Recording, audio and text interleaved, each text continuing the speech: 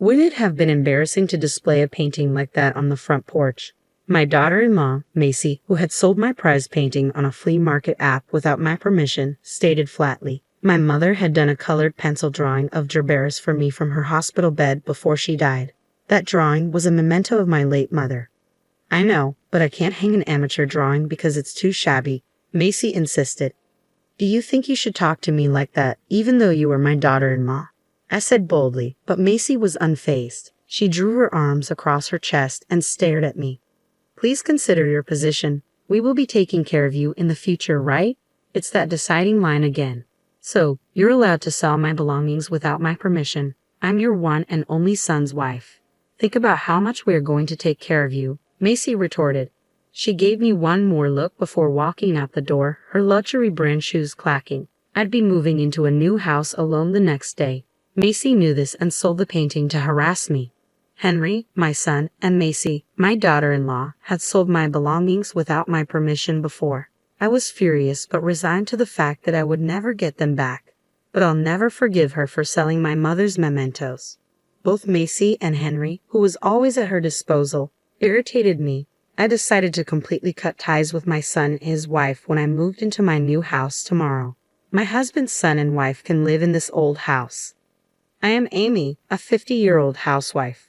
For years, I did all of the housework while working part-time at a factory. I looked after my family, which includes my husband, my only son, and as of 3 years ago, my daughter-in-law, Macy.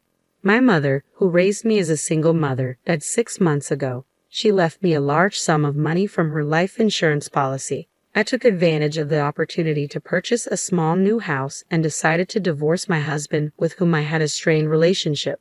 The day before I moved in, Macy sold my mother's painting without my permission. When I told my husband we were splitting up, he simply said, "Do whatever you want." During our many years as a couple, our relationship had cooled. I believe neither of us did anything wrong and that what happened was unavoidable. My son and his wife, who lived with us, were the ones who were against my leaving. "Who will do the housework if you leave?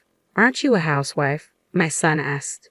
"I am a civil servant like Henry, so I am not like you, who only works part-time," I retorted.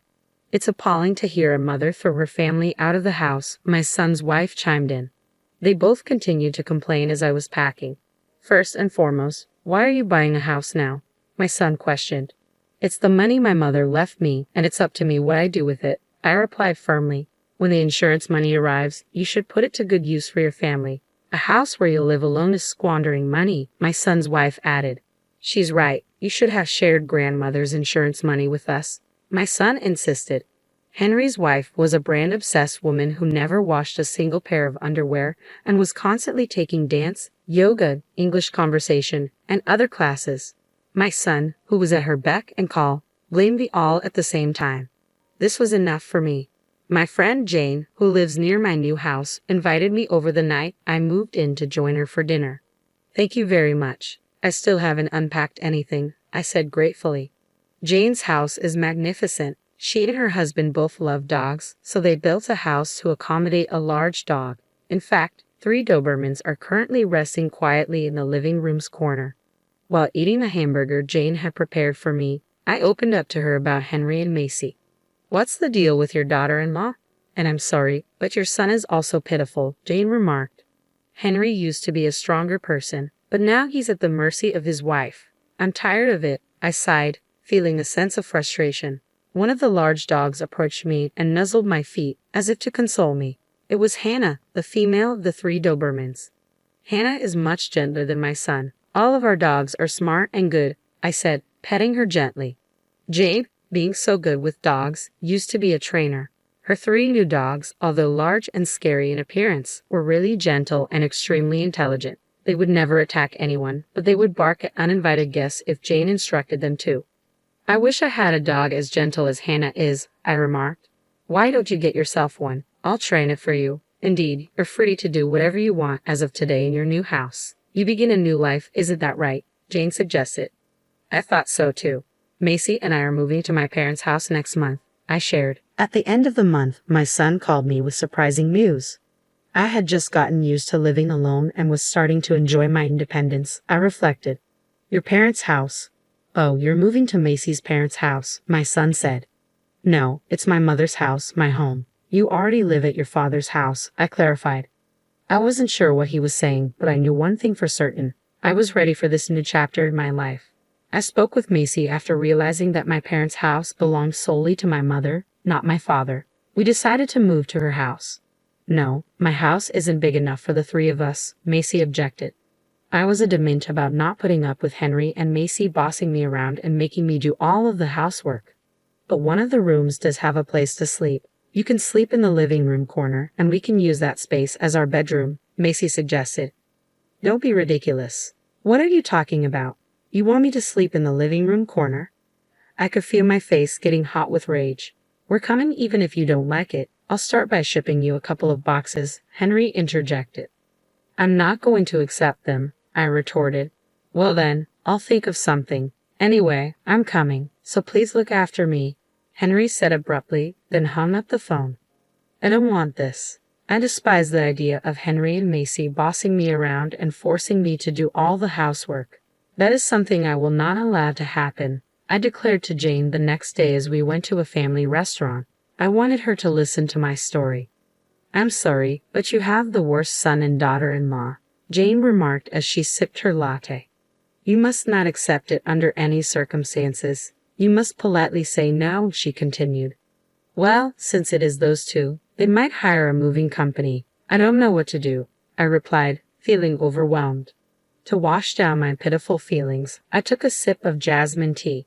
I enjoy this tea, but it is quite bitter, I remarked. It is difficult to say no when the movers will come. If we're not careful, we might get into trouble, Jane observed. We have to do something to make them not want to come to my house. I can't stand the way they're acting, I insisted. Well, we could ask my children for help, Jane suggested. What, Hannah and the dogs? I asked, referring to Jane's 3 kids, her 3 beloved Dobermans. My dogs will bark, growl, and act out to some extent on command. I could ask them to scare them away or something. In fact, my son has been afraid of dogs since he was a child, Jane explained. It's difficult to live with a son and his wife who would sell their mother's mementos without permission. So let's come up with something, I agreed. Thank you very much, Jane, I added, feeling a little relieved as a result of our conversation. When I returned home, I discovered that my son and his wife were serious. 2 large cardboard boxes had been stacked in front of the front door. These are Henry's and my possessions. We thought you would refuse the courier, so I brought them. We will move in next month, so please keep them in the house. Macy, I read the note attached to the cardboard box, feeling my shoulders slump in disappointment. With no other option, I brought the box inside, and upon opening it, I discovered numerous personal belongings belonging to Henry and Macy. There were Henry's imported watches and leather jackets, alongside Macy's designer bags, clothes, and shoes. They must have left behind valuable items, which I wouldn't discard without permission. It felt like a dirty move. How little they must think of me to sell off my mother's paintings or leave this luggage without my permission. Jane's voice from the family restaurant came to mind. Well, we could ask my children for help, she had suggested. Since settling in after the move, I occasionally accompanied Jane on dog walks. She often invites me for a change of scenery, being a great friend to have. It means a lot to me. Why don't you sell their belongings? Macy would sell them on her own, wouldn't she? Jane proposed. Yes, even the memento my mother painted, I'd replied as Moon, a male dog, looked at me from the end of the leash I was holding. By the way, why do your son and his wife want to live with you? They're both government employees and have money, so why don't they just live together? Jane inquired. They don't like doing housework, especially Macy because she's always learning, going out to play, or watching fashion and makeup videos. So, you've been doing all the housework by yourself, I confirmed. Yes, my husband never did it, and Henry works overtime and travels a lot, and Macy is the same way, I explained, recalling the conversation between my son and his wife on the day. I made the announcement of my departure from our home met with immediate concern about who would handle the housework. If you leave the house, who will do the housework? Henry asked. Well, you can, I replied. No, obviously not. I want your mother to do it. Jane sighed in disgust upon hearing this. It wasn't until a week later that I received several phone calls from Macy, who had been persistently trying to reach me. Your house is quite small, right? Macy finally asked after dozens of calls. Yes, that's what I said. I confirmed. Henry said he saw you with 3 big dogs, and I wonder if 3 dogs like that could live in a small house. Macy expressed her concern. Her fear of dogs struck me then. There are people all over the world who are terrified of dogs. One of them is Henry, I realized. Jane must have been with me when Henry saw her, but he must have been completely distracted by the dogs. I told you it's a small house. If you're worried, why don't you come back and take a look? I suggested. I will. I want to check the inside of the house. Macy's voice unraveled a little. Finally, Macy decided that there was no dog in the house. Anyway, I'll be there this Sunday at 10 a.m., she said before hanging up. Unexpectedly, I realized I could take my revenge. On Sunday, Henry and Macy came to my house as planned. You really came? I asked, surprised. I said I would come. You know it's because you bought the house on a whim that we're in this messy situation, Macy remarked as they took off their shoes and entered the house. That's really true. You should have stayed quiet and continued to do the housework like before, I replied, feeling a sense of satisfaction. Okay, that's it, I said, opening the living room door, gloating in my mind. Whoa! Ah! My son and his wife screamed in unison the next moment. There were 2 Dobermans, Moon and Sky, sitting there. What are you kidding me, Mother? This dog, Henry began. These are my dogs. Aren't they cute? Jane, the dog trainer, interrupted, standing up from the sofa and smiling at me. Jane found them for me. They are so cute because they are well trained. Moon, Sky, how do you say hello to our guests? The dogs barked at the same time. Macy said, oh no, and sat down with her head in her hands. Is she that bad with dogs? I wondered. Oh, they are so cute, Henry exclaimed. Don't worry, Moon, Sky, play with them, Jane encouraged. At the sound of her voice, the 2 dogs ran over to Henry and Macy respectively. They raised their paws, wagging their tails as if to say, let's play. Stop. Oh no, I'm scared, Macy exclaimed, shaking her head and beginning to wriggle as Moon invited her to play. But Macy didn't understand. I'm scared of dogs, Macy exclaimed, her fear evident as she burst into tears, snot running out of her nose. Oh dear, if you're going to live in my house, you'll have to get along with these kids too. Make them stop, I insisted. Macy's breakdown ruined the makeup she had studied on YouTube and was so proud of. Her mascara was running, and the smudged eyeshadow spread to her cheeks. With this tear-streaked face, she looked like she was about to take the train home. Hey Mom, do something about it, Henry pleaded. Meanwhile, Henry, who had been jostled by the much larger Sky, fell on his backside and began to scoot away. Sky, thinking he was playing, happily jumped on Henry. No, stop it. The dog is too big and scary, Henry cried out. I suddenly looked at Henry's jeans and saw that the color of his crotch had darkened a bit. He was so afraid of the dog that he had peed himself. How pathetic. Moon, Sky, come here. Jane decided it was time to stop and called the dogs. Immediately, the 2 dogs left Henry and Macy and returned to her. Moon, Sky, down, Jane commanded, and with that one word, the dogs lay down at her feet. They really are smart kids, I remarked, feeling proud of my dog's obedience. Until now, even though I've been slaving away at my part-time job and housework, you've never helped me. Besides, when I said I was going to leave, you decided to live on your own.